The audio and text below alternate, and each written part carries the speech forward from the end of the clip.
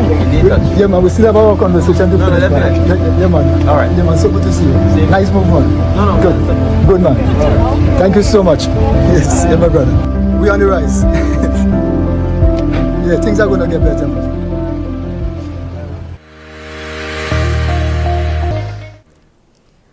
Good afternoon, everyone, and welcome to our press briefing for Friday, July 5th, 2024. We are live here at the National Emergency Operations Center at the NADMA headquarters. And I want to say thank you to all of you for joining us. Those of you joining us in the diaspora, we want to say welcome. And of course, our members of the media, thank you all for joining us. With me this afternoon are officials from the Ministry of Social Development, Housing and Gender Affairs. We want to say welcome to Senator the Honorable Gloria Thomas, Minister with responsibility for Social Development, Housing and Gender Affairs, Mrs. Naomi Jeremiah, Permanent Secretary with responsibility for Social Development and Gender Affairs, Mrs. Chrissy Worm-Charles, Director of Social Development, and Ms. Jacinta Alexis.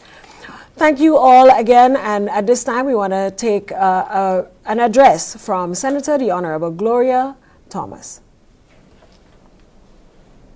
Pleasant good afternoon to all. Dear brothers and sisters of Grenada, Carriacou and Petit Martinique, it is with a deep sense of sadness that I make these remarks to the nation on the impact of Beryl and the devastation that it has incurred. As Minister for Social Development,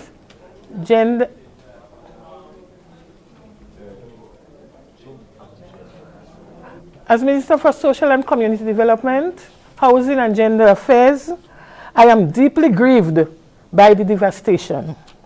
Reports suggest that 95% of the housing, livelihood, and assets of the people of Carriacou have been affected, as well as the northern and western part of Grenada. Our elderly homes, daycares, clinics, hospitals, and many social services providers have been affected. We are to focus on all citizens, on their mental health and how we can recover from this devastation. We are a strong and resilient tri-island state who have survived Ivan and Emily in 2004. I am confident we can build back our nation stronger and even better as a people. As we sit and consider our current state, we see the need for all humanitarian efforts and collaboration with our key partners and stakeholders to make this possible. We are calling on our civil society organizations, faith-based organizations, NGOs, community groups, and business partners in solidarity to stand with us so that we can minimize the economic fallouts and maximize the rebuilding process. I encourage you to join with me, gathering all our resources to do so. We know this cannot be done as a single individual or as a single entity. I have committed myself in supporting my ministry and the staff to provide round-the-clock psychosocial support, care for the elderly, children, the disabled, and the vulnerable population. I acknowledge this is a traumatizing time for our people and neighboring islands that Hurricane Beryl has impacted. However, we call on our international and regional community to come together in the building back process. Let us work together to build back stronger. We are a strong and resilient people. We will get through this together. Thank you. Thank you, Minister Gloria Thomas. Indeed, together we can rebuild stronger.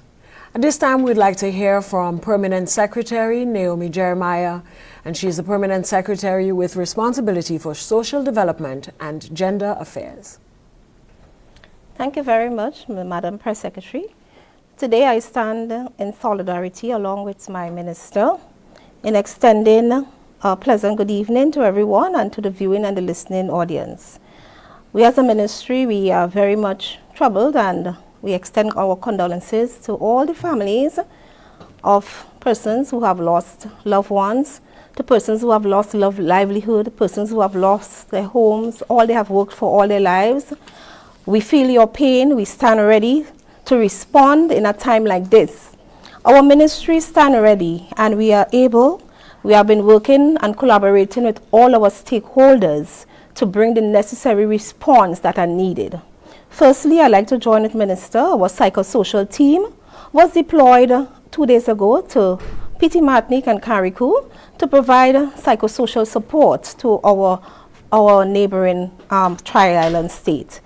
My director will speak towards that in terms of what is being done and the plans that we have to provide psychosocial support, not only to our adults, but to our children who is traumatized at this time.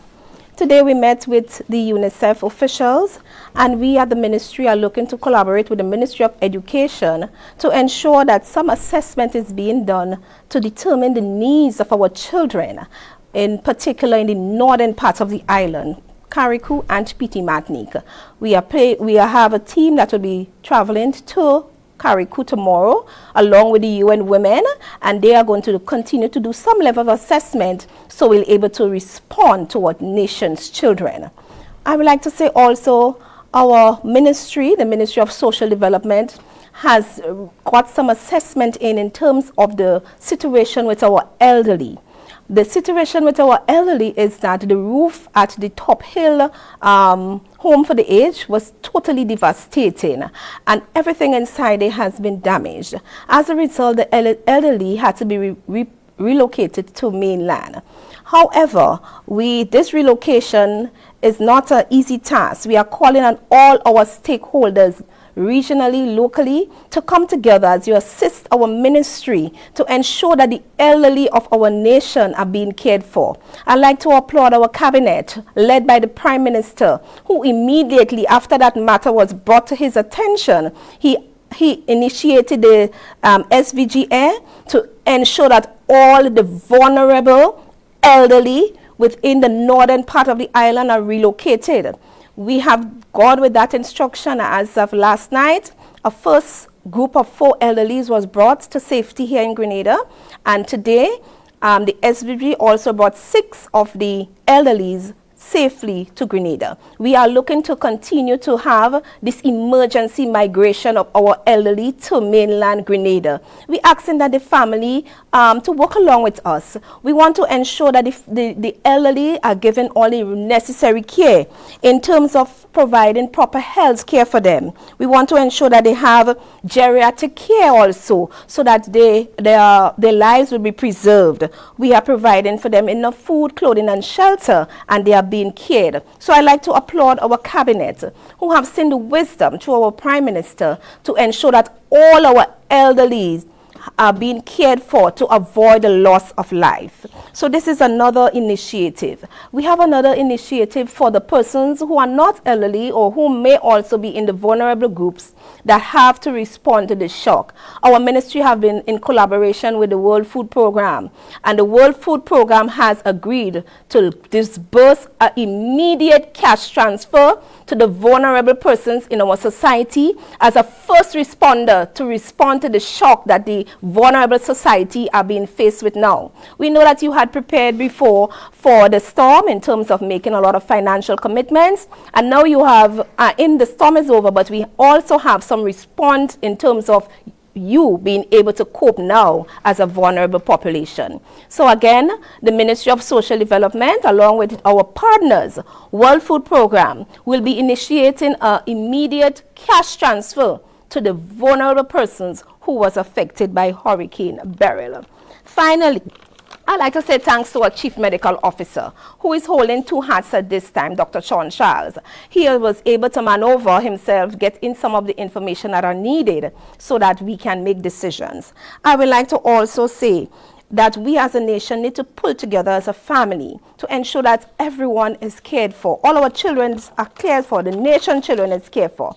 I will also like to say thanks to my minister. My minister traveled 14 hours from China and another 4 hours from New York to Grenada. And she's here also to ensure. One time she was on the ground getting reports, getting reviews, and she was able to come here today to present that short brief, but she is able to deliver what is needed. She is a bit tired because 14 hours is not a walk in the park. But I like to thank her, I applaud her, and I know that her technical team is with her, and we're going to respond to this disaster together.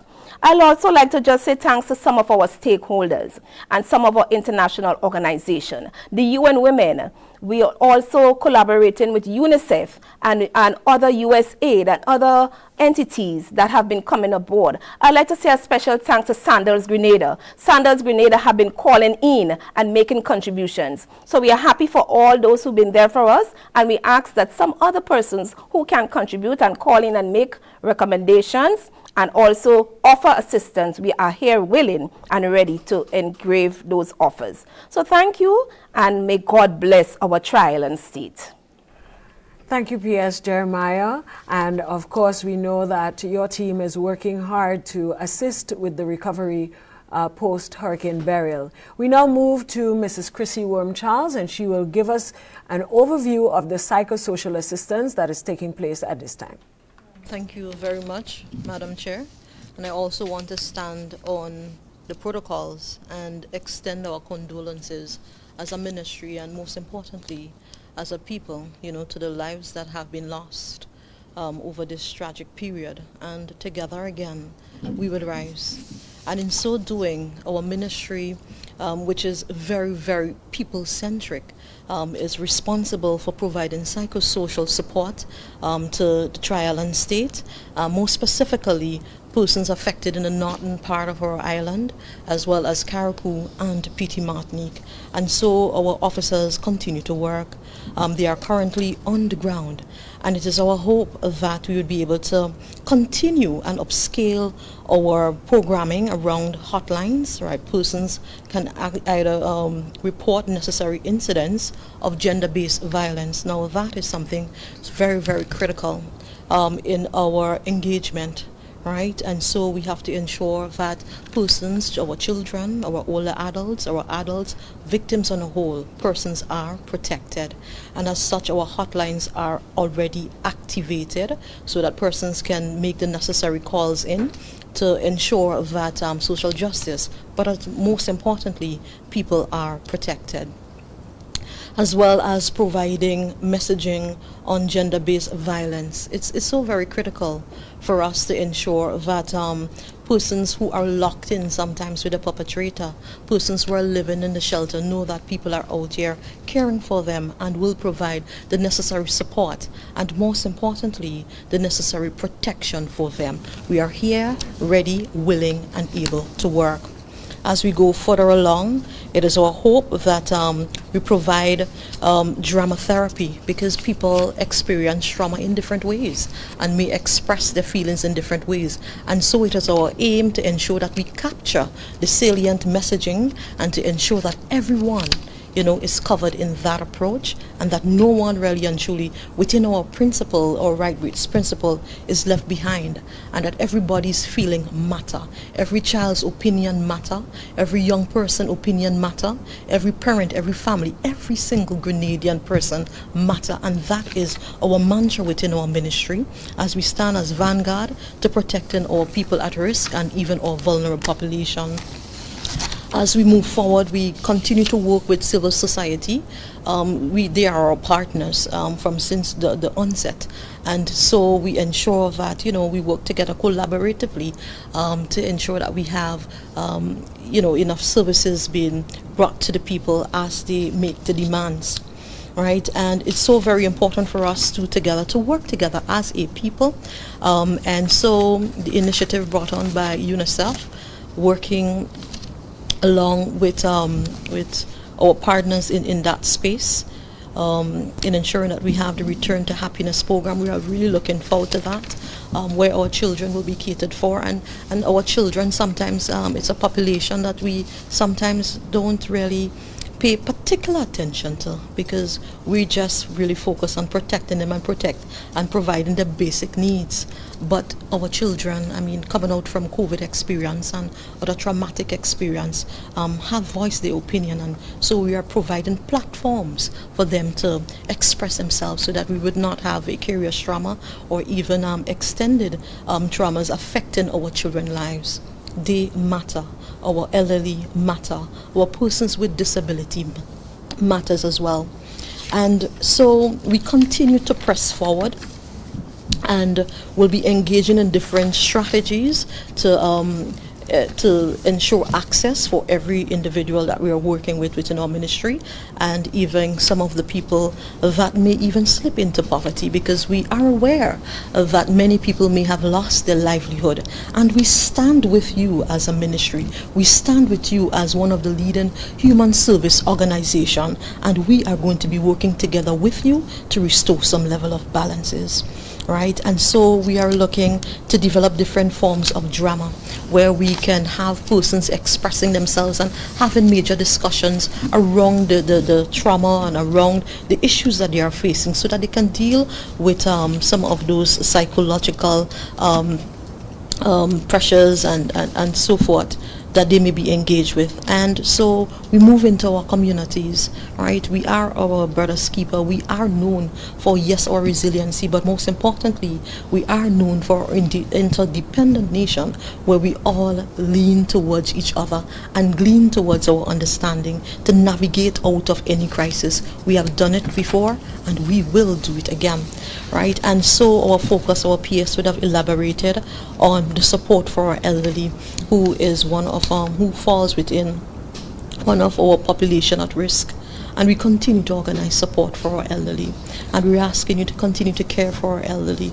We know that our elderly may be faced with so many different issues. Some have lived through Hurricane Janet. Some have lived through most of the experiences that have left indelible marks in our lives in Grenada. And we are asking that we continue to look forward to supporting our elderly in whatever way that we possibly can, and our families. Let's keep our families together. Let's keep our families strong. Let's listen to each other. Let's continue to build strong family systems, because it starts at home and it moves out into the community and into the village, right? And let's continue to protect every single person that we work with. Let's continue to raise our children as a village. And so we continue to provide psychosocial support for our parents. Sometimes it's very difficult to navigate all of those trauma within the parental relationship. So we are going to be looking at upscaling some of our parenting program to include some of those strategies that would help parents to engage with the children, so that everyone can arrive well, right? And so caring for the carers, that is very critical too as well. For the people who provide psychosocial support, and even our volunteers, people who are out there providing human service based on patriotism and based on their general love for their country, we are looking to provide support for them, so at least at the end of the day, that they too can continue and to live well, right, and to maneuver the entire situation very easy.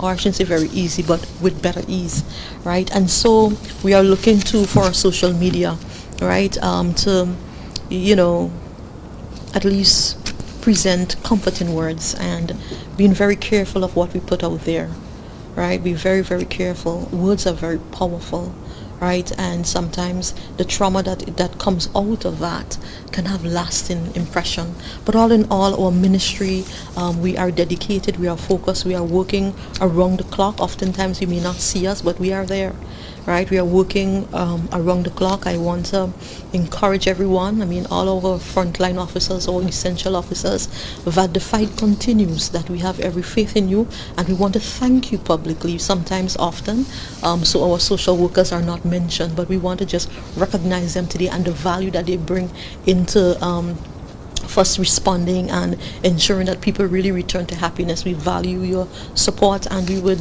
see how best we can ensure that everyone arrive alive, and that our country out of this experience will build back better, and that our family systems will be stronger, and that our relationships will be stronger, and our social protection mechanisms will be more robust, and will be able to adapt to this climate change and all of the vulnerabilities that we know that our Caribbean is really exposed. And I want to thank our social partners, World Food Programme, UNICEF, our entire UN system, and everyone who has really contributed and come forward. And I'm saying to as well our volunteers, persons who are skilled in psychology and different areas. We want to thank you very much for pledging your support and continuing to put your country first. Right, it's a time that calls for putting your country first and putting your brothers and sisters first. And as a ministry, we welcome you, and we are prepared to work towards ensuring that we have a smooth transition. Thank you very much, and I'm looking forward to your support as usual as we continue to build our resiliency and we prepare to ride this tide well. Thank you. Thank you, Chrissy. I heard one thing, care for the carers, and I know while we're taking care of the vulnerable and those in need, we also need to take care of those who take care of others as well. So thank you for that, Chrissy. At this time, I want to hear from Ms. Jacinta Alexis. She's a Senior Program Officer at the Ministry of Social Development and Gender Affairs, and she will speak about the funding agencies that are stepping up at this time. Thank you. Thank you. Good afternoon, everyone, and thank you for joining us this evening. It is not a time that we can express only sadness. It's also a time to recognize the strength of our partnerships that we've built up over the years. And from the time the situation arose, what we found happening is that our developmental partners that we work with and other civil society organizations stepped up and started saying, what do you need? So I want to take this opportunity to recognize we have begun the work with UNFPA, with UN Women, with UNDP, with WFP, with UNICEF, with FAST organization. These are just a few of the people who've stepped up from the regional and international arena. We also have on the ground, we have GNCD who step forward and providing that kind of support. Advocacy Grenada Inc., again, they are stepping forward and saying, look, we know this is a trying time, how can we help? And this is important in this whole process, not just sitting back and saying this should be done, but the fact that the people are stepping forward and saying, here we are. What do you need? Let us work together to rebuild. So as we continue to work with our partners, and I know it have more people out there who coming forward day by day, volunteering their time, their services, their efforts to help us in this process of recovery. We thank you for the support for the relief efforts, and we thank you for establishing that relationship and maintaining that relationship with us. We are very much appreciative of the efforts that you are bringing to the table, and that we are looking forward to continuing to work together to make Grenada, Carriacou and Petit Martinique the beautiful gem that it is, and we will go back stronger, more resilient, and ready to take on the world. Thank you. Thank you, Ms. Alexis. We want to hear from our journalists who have joined us online. I know we have one journalist is online. So while she gathers her questions, I'd like to ask this one question, and then we'll take Kalistra, who is standing by online. Ms. Worm, you mentioned a hotline. Could you tell us what is the hotline that we need to call if somebody needs some psychosocial assistance? 440-4787. It has been activated, and you can reach out to any other hotlines that are available in relation to gender-based violence or child protection. Right, so 440-4787 is the same hotline that we would have utilized during COVID. So it has been activated. 440-4787, the hotline has been activated. So if you know anyone who may need assistance, you can call that hotline and you'll get the much needed assistance that you require. We'll take Kalistra at this time. Kalistra?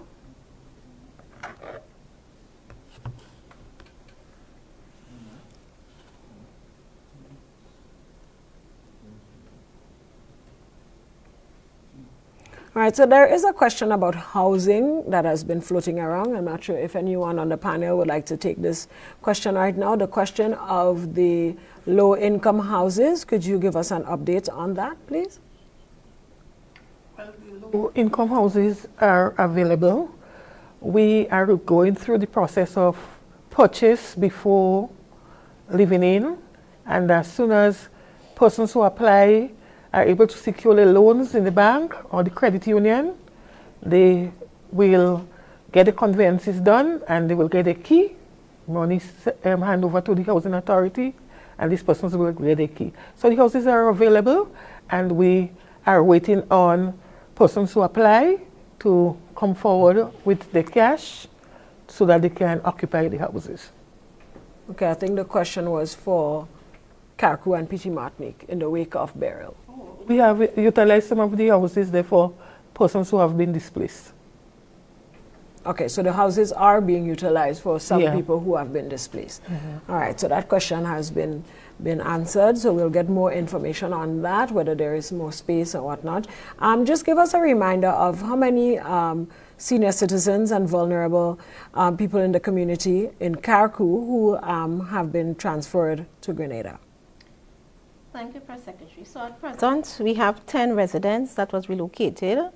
We have 4 that came directly from Petit Martinique, and we had 6 today that came in. This afternoon, again, we're going to have a group of them coming in on the boat this afternoon. And they are all elderlies, persons who are residents of the Top Hill Home for the Aged in Carriacou. Okay. And what is the expected amount of people who are left to come?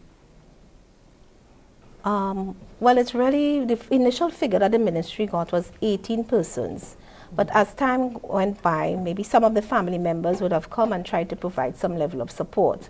So whatever the amount is an ongoing process, so as the needs arise, as you know, the situation in Carriacou and Petit Martinique now, the environment is not conducive for persons of a certain age, the elderly. And as such, as the need arises, the ministry has stretched out its arms to the persons who are caring the elderly there in Carriacou to ensure that they have better accommodation, medication, and needed health checks and other amenities that are needed for them to survive this period. So as time goes, by this afternoon, we'll be able to get a final count, and maybe during the week or over the weekend again, we'll be getting requests for some of the elderly to be accommodating. So on that note, I'd like to ask some of our stakeholders to continue to provide support to these elderlies that are coming from Carriacou to Grenada and also from Petit Martinique to Grenada. Thank you, PS. Would you say that, well, next question, what arrangements are being made for volunteers who wish to assist in this area? I know this is a sensitive area, so what arrangements are being made for this particular area in terms of volunteers? The volunteer part of Ms. Chrissy Worm had been dealing with the volunteer. Thank you very much again, Press Sec. The voluntary counselors and clinicians, they are actually reaching out to our ministry. Some would have sent a formal request via email to our ministry.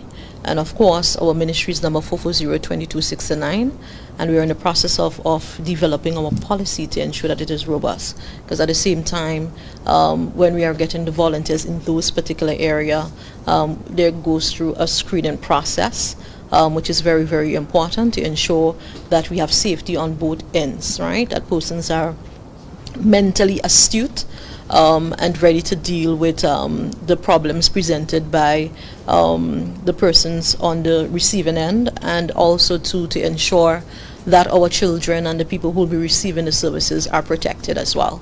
So we have to ensure that our T's are crossed and our I's are dotted in that regard, and that the necessary expertise are highlighted and promoted. And in so doing, we will be looking at doing crash courses in different areas to make sure that we are all on the same playing field.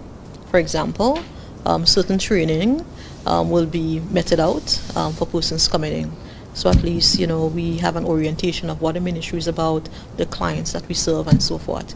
So the facility and the committee is in place as we continue to refine our processes and ensure that the quality of services that we give out to our people is of a certain standard. So we continue to welcome the volunteers, and we thank those who would have come forward thus far.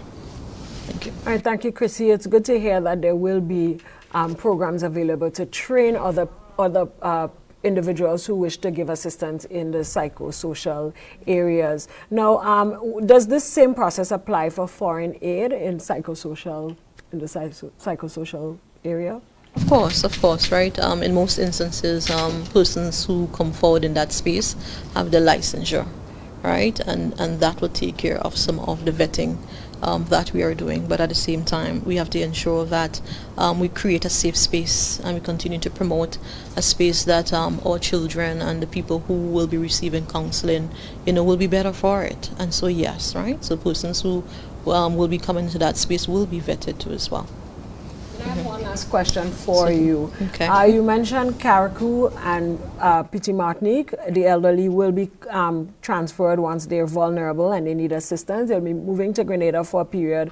Does the same thing apply for elderly persons in St. Patrick who may have lost their homes? Would that same thing apply for them? What? In terms of the support, in terms of moving them maybe from St. Patrick to a safer area. The key here is vulnerability, right? Once you're vulnerable and you're affected, we try our best to accommodate you, right? Regardless of where you're from, right? And I think that has to be spelt out. We're looking at vulnerability within the areas that were affected, right? And that goes across the board. Already we have started working within the communities, offering that type of support and assessment and psychological and psychosocial support. So we already started to engage, especially in the parish of St. Patrick, with that is concerned, right? Bearing in mind too as well that we have an entire unit, a desk for the elderly, in the ministry that provide support for our seniors. So we have an entire unit focused on our elderly, right? So whether be it in Grenada and Carriacou. So the same would be extended to our people. Yeah. All right. Thank you, Chrissy. That is very comforting to know. So I'll allow for final comments from the Minister, PS, and anyone else who wish to make final comments at this time. Yes, as the PS mentioned, I was out and I just returned from the airport. I came here, and I am very much impressed with the staff and the way that they manage the whole process in terms of the response and the provision of service. I want to extend my heartfelt gratitude to Mr. Lacret, who was minister assigned to my ministry in my absence.